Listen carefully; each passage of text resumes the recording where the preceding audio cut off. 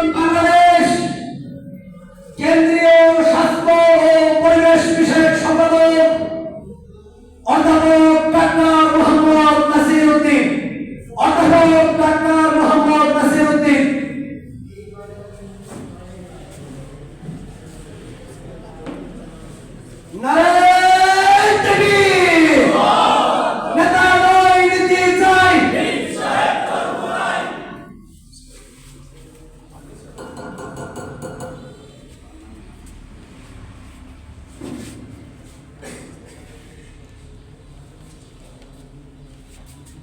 আসসালামু আলাইকুম ওয়া রাহমাতুল্লাহি ওয়া বারাকাতুহু।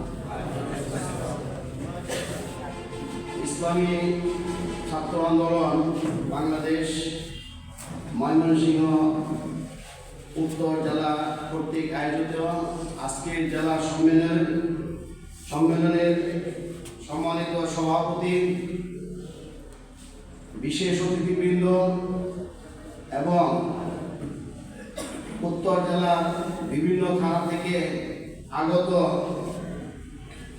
ছাত্র নেতৃবৃন্দ ও সাধারণ ছাত্রবৃন্দ, সকলকে আমি ইসলামী আন্দোলন বাংলাদেশের কেন্দ্রীয় কমিটির পক্ষ থেকে, ময়মনসিংহ মহানগরের পক্ষ থেকে সকলকে জানাই আন্তরিক শুভেচ্ছা ও মোবারকবাদ।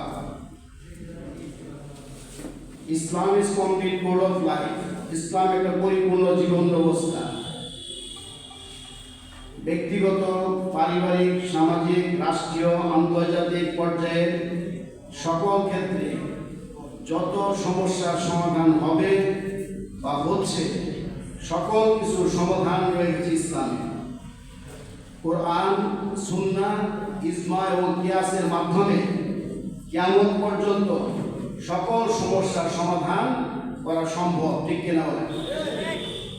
আমাদের সেই ইহুদিদের কাছ থেকে, খ্রিস্টানদের কাছ থেকে, হিন্দুদের কাছ থেকে, অথবা মাও Zedong, Lenin, Stalin, Karl Marx, তাদের কাছ থেকে কোনো মতবাদ, কোনো কিছু ধার করার কোনো প্রয়োজন নেই। আজকে দুঃখজনক হলে সত্যি যে আজকে মুসলমান শুধুমাত্র অনুষ্ঠান সর্বস্ব ধর্ম পালনে ব্যস্ত, কিছু ব্যক্তিগত আমলে ব্যস্ত, এবং সেটাকে তারা মনে করে ইসলাম। ইসলাম যে একটা পরিপূর্ণ জীবন ব্যবস্থা, সংসদ ভবনের ইসলামে চলতে হবে, রাষ্ট্র ইসলামের নিয়ম নীতিতে চলবে, সেই ব্যাপারে লোকজন উদাসীন। দেরিতে হলেও আল্লাহর রহমতে ইসলামের অগ্রযাত্রা শুরু হয়েছে। এক সময় মানুষ মনে করত যে ইসলামের রাজনীতি নেই। কয়েকদিন আগে বিএনপির মহাসচিব মির্জা ফখরুল ইসলাম আলমগীর বলেছে যে কোরআনে নাকি রাজনীতি নেই। আসলে কোরআন জীবনে পড়ছে কিনা সন্দেহ আছে। আল্লাহ তাআলা কোরআন শরীফে আল্লাহ রাসূল সাল্লাল্লাহু আলাইহি ওয়াসাল্লাম বলেন, ইয়া আইয়ুহার রাসূলু বাল্লিগ মা উনজিলা ইলাইকা মির রাব্বিক। হে রাসূল, আপনি তাবলীগ করুন, প্রচার করুন, আপনার উপর যা কিছু অর্পণ করা হয়েছে। অর্থাৎ কোরআনের ৬৬৬৬ আয়াতের তাবলীগের কথা, অর্থাৎ পরিপূর্ণ ইসলামের দাওয়াতের কথা কোরআনে বলা হয়েছে। শুধু তাই নয়, কোরআন শরীফে ৫০০-র উপরে আয়াত আছে সমাজ এবং রাষ্ট্র পরিচালনার জন্য। যদি কেউ একটা আয়াতকে অস্বীকার করে তাহলে সে কাফের হয়ে যায়। সেখানে ৫০০ আয়াত অস্বীকার করার পর একটা মানুষ কিভাবে মুসলমান থাকে বলেন? কাজে আমি মনে করি, যেটা আমি শুরুতেই বললাম, যে আমাদের যাত্রা শুরু করতে অনেক দেরি হয়ে গেছে। তবু শুকরিয়া যে দেরিতে হলেও তো শুরু হয়েছে। আজকে ইসলামী ছাত্র আন্দোলনে তোমরা যারা আছো, আমার একটা উপদেশ থাকবে, মানুষের কাছে ইসলাম যে একটা কমপ্লিট কোড অফ লাইফ, পরিপূর্ণ জীবন ব্যবস্থা। আল্লাহ তাআলা সূরা মায়েদার ৩ নম্বর আয়াতে বলেছেন, আল-ইয়াওমা আকমালতু লাকুম দীনাকুম ওয়া আতমামতু আলাইকুম নি'মাতি ওয়া রাদিতু লাকুম ইসলামা দীনা।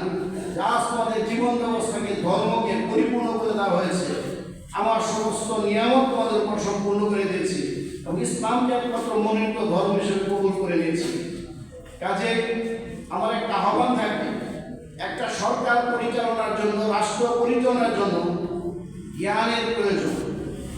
আমাদের সংগঠন আলহামদুলিল্লাহ যে বাংলাদেশের মধ্যে ইসলামী দলের মধ্যে সর্ববৃহৎ দল, ঠিক কিনা?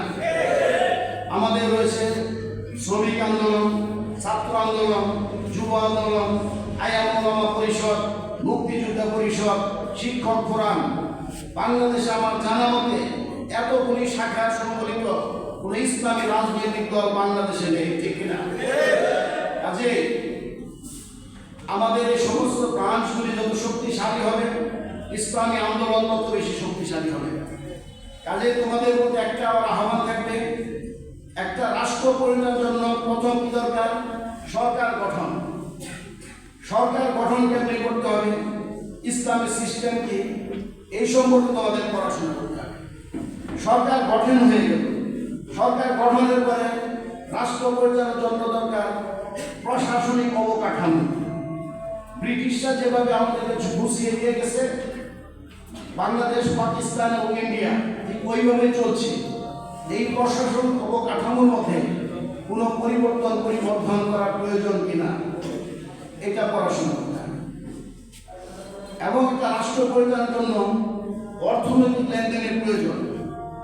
ইসলামী অর্থ ব্যবস্থা, আজকে ইসলামী অর্থ ব্যবস্থা সম্পর্কে আমাদের ধারণা নেই। ইসলামী অর্থ ব্যবস্থা ব্যক্তির সাথে ব্যক্তির অর্থনৈতিক লেনদেন। জবাব দিচ্ছে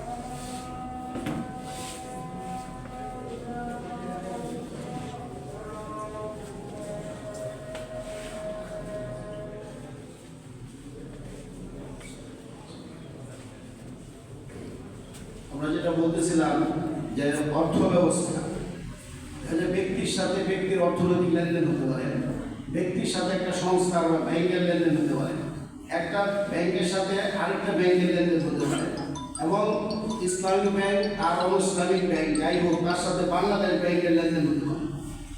আবার আমাদের দেশের সাথে বিদেশের অর্থনৈতিক লেনদেন থাকতে পারে। আবার সেই দেশটা হতে পারে মুসলিম দেশ, হতে পারে অমুসলিম দেশ।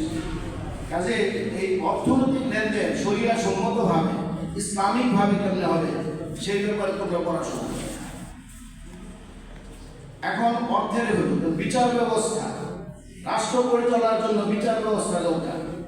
যদি বিচার ব্যবস্থা শরীয়ত সম্মতভাবে কেমনে হবে? আজকে দুঃখজনক সত্যি আমাদের কোর্ট কাছারি যা কিছু চলছে সবই ব্রিটিশ ব্যবস্থাপনা, এবং সেখানে জমি থেকে সাত পর্যন্ত যত বই আছে সবই ব্রিটিশদের লেখা।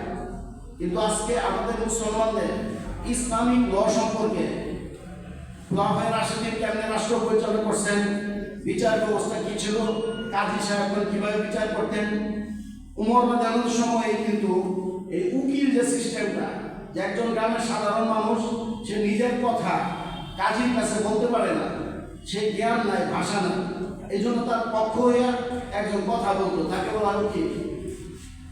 আজকে এই কথাগুলো এই জন্য বললাম, আজকে হলো ছাত্র আন্দোলনে যারা তোমরা আছো, তোমরা আগামী দিনের ভবিষ্যৎ, আগামীতে তোমরাই বাংলাদেশকে চালাবে ইনশাআল্লাহ।